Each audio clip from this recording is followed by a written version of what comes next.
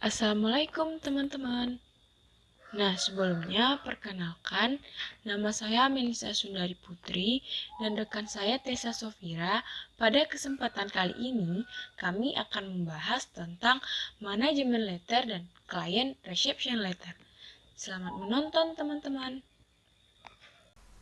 Materi yang pertama tentang pengertian manajemen letter.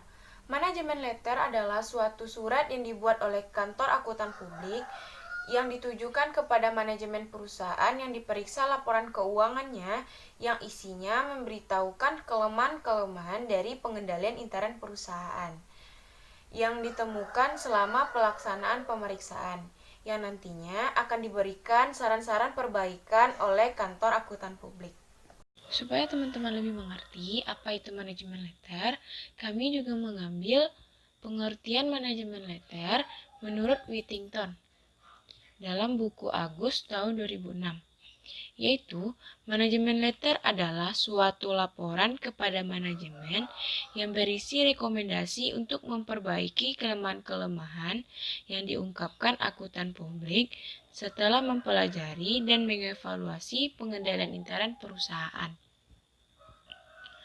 Di samping itu, untuk menyampaikan informasi-informasi yang bermanfaat kepada manajemen juga membantu membatasi tanggung jawab akuntan publik seandainya di kemudian hari kelemahan dalam pengendalian intern mengakibatkan kerugian bagi perusahaan. Materi yang kedua yaitu membuat manajemen letter yang baik. Ada beberapa hal yang perlu diperhatikan agar kita dapat menghasilkan suatu manajemen letter yang baik. Yang pertama, manajemen letter itu harus tepat waktu. Yang kedua, manajemen letter harus harus dapat memberikan saran-saran yang baik yang bisa diterapkan. Yang ketiga, Yang keempat, manajemen letter harus menggunakan bahasa yang baik dan benar. Yang kelima, saran-saran yang diberikan berdasarkan urutan neraca dan laba rugi. Contohnya, kas, piutang, persediaan, dan seterusnya. Yang keenam, saran-saran yang diberikan harus sesuai dengan kondisi bisnis perusahaan. Yang terakhir, manajemen letter tidak boleh lupa untuk mengucapkan terima kasih. Materi selanjutnya tentang manfaat manajemen letter. Manajemen letter mempunyai banyak manfaat, bukan hanya untuk klien, tetapi juga untuk KAP dan staf. Manfaat itu antara lain untuk klien adalah dapat mengetahui kelemahan-kelemahan yang terdapat dalam pengendalian intern perusahaannya. Yang kedua, dapat mengambil tindakan-tindakan perbaikan untuk mengatasi kelemahan-kelemahan tersebut berdasarkan saran-saran yang diberikan dalam manajemen letter, sehingga bisa mengurangi kemungkinan terjadinya kesalahan dan kecurangan di dalam perusahaan. Untuk kantor akuntan publik, manfaatnya adalah yang pertama menjadikan nama akuntan publik menjadi bertambah baik karena di samping laporan pemeriksaan akuntan juga memberikan manajemen letter yang sangat bermanfaat bagi perusahaan. Yang kedua, jika manajemen perusahaan puas, tentunya akan menyarankan kepada teman-teman bisnisnya untuk memakai jasa kantor akuntan publik tersebut. Yang ketiga, jika teman-teman bisnis tersebut tertarik, tentunya akan menambah jumlah klien di kantor akuntan publik. Untuk staf kantor akuntan publik, yang pertama, jika klien kantor akuntan publik bertambah, tentunya kesejahteraan pegawai dapat lebih ditingkatkan. Yang kedua, mendapat banyak kesempatan untuk mempelajari pengendalian intern di berbagai macam atau jenis perusahaan. Yang ketiga, mendapat kesempatan untuk mempelajari bagaimana membuat manajemen letter yang baik. Berikut ini akan dijelaskan tugas dan tanggung jawab dari masing-masing anggota tim audit dalam membuat manajemen letter. Yang pertama, asisten auditor. Tugasnya yaitu sebagai petugas yang terjun ke lapangan setiap hari bertugas mengumpulkan data dan informasi yang terdapat dalam pengendalian intern perusahaan, baik mengenai kebaikan maupun kelemahan pengendalian intern. Yang kedua, mendokumentasikan data dan informasi tersebut beserta fotokopi bukti pendukung dalam kertas kerja pemeriksaan untuk ditelaah lebih lanjut oleh senior auditornya. Kedua, tugas dan tanggung jawab senior auditor. Menelaah kertas kerja pemeriksaan yang dibuat asisten auditor khususnya yang berkaitan dengan informasi mengenai kelemahan pengendalian intern perusahaan. Selanjutnya, mengumpulkan hal-hal yang bisa dimasukkan dalam manajemen letter sekaligus menyusun konsep manajemen letter.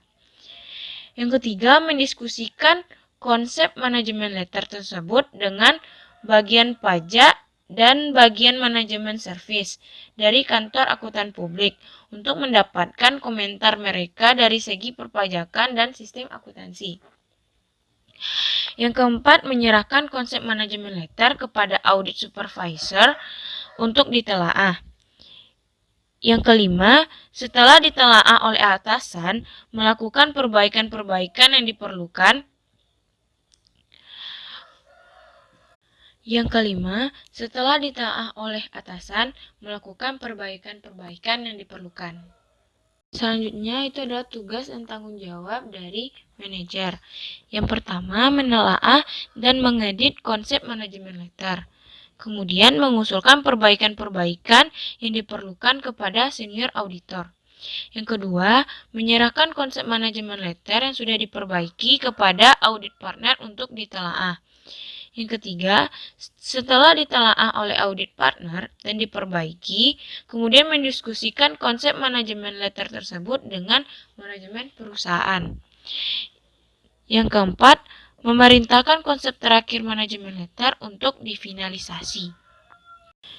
Yang terakhir yaitu tugas dan tanggung jawab dari audit partner. Yang pertama, menelaah dan mengedit konsep manajemen letter yang diterima dari audit manager dan mendiskusikannya dengan audit manager dan jika perlu dengan audit senior. Yang kedua, mengembalikan konsep tersebut berikut saran-saran perbaikan jika ada kepada audit manager.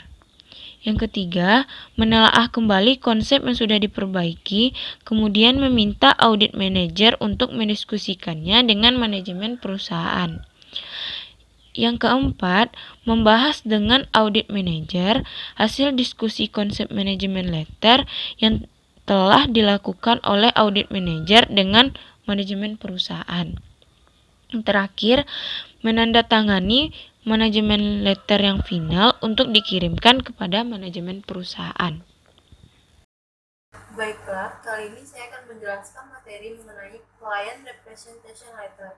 Jadi, Client Representation Letter adalah surat yang dibuat klien yang ditujukan kepada KAP yang berisi pernyataan dari manajemen perusahaan mengenai yang pertama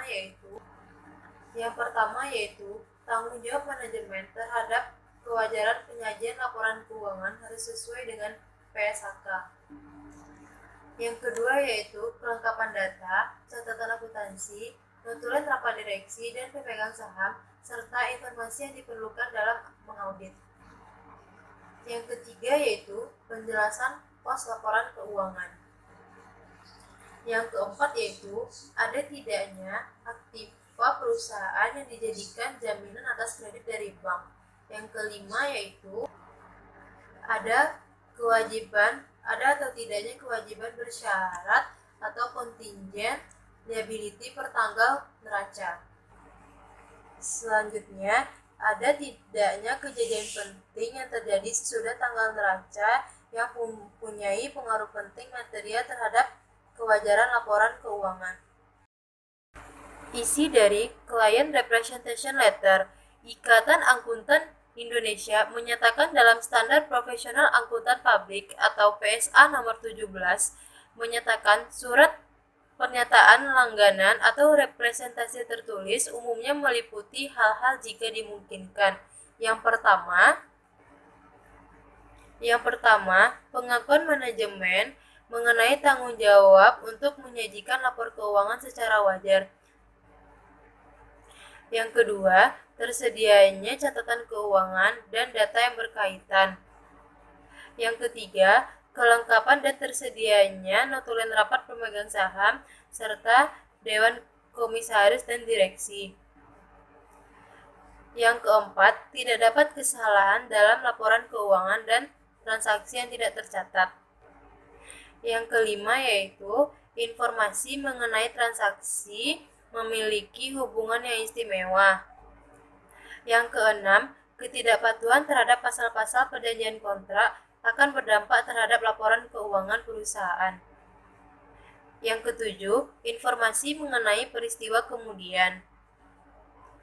Yang kedelapan, keterlibatan manajemen dan karyawan yang tidak beres. Yang kesembilan yaitu komunikasi dari instansi pemerintah mengenai ketidakpatuhan terhadap atau kelemahan dalam praktik laporan keuangan. Selanjutnya, pengurangan kelebihan atau keusahan persediaan menjadi nilai yang dapat direalisasikan. Dan yang terakhir, rugi dari komitmen penjualan. Adapun kegunaan dari Client Representation Letter. Client Representation Letter digunakan sebagai bukti pengendalian atas kesalahan pencatatan yang dilakukan oleh klien, atau klien yang tidak mencatat seluruh transaksi, atau klien yang menyembunyikan, sehingga pihak tertentu menggunakan laporan keuangan klien dan dirugikan dan mengajukan tuntutan kepada pihak pengadilan. Sekian video dari kami ucapkan banyak-banyak terima kasih. Assalamualaikum warahmatullahi wabarakatuh.